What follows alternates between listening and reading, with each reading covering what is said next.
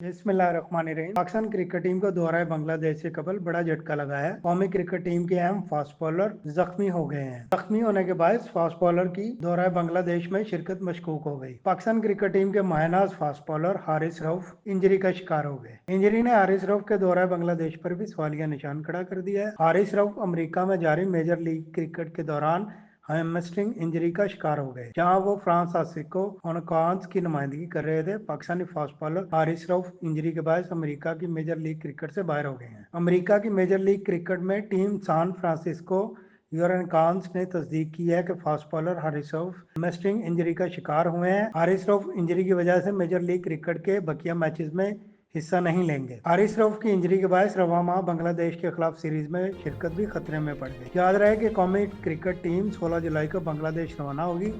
दोनों टीमों के माबैन 3 T20 मैचेस की सीरीज का आगाज 20 जुलाई से होगा।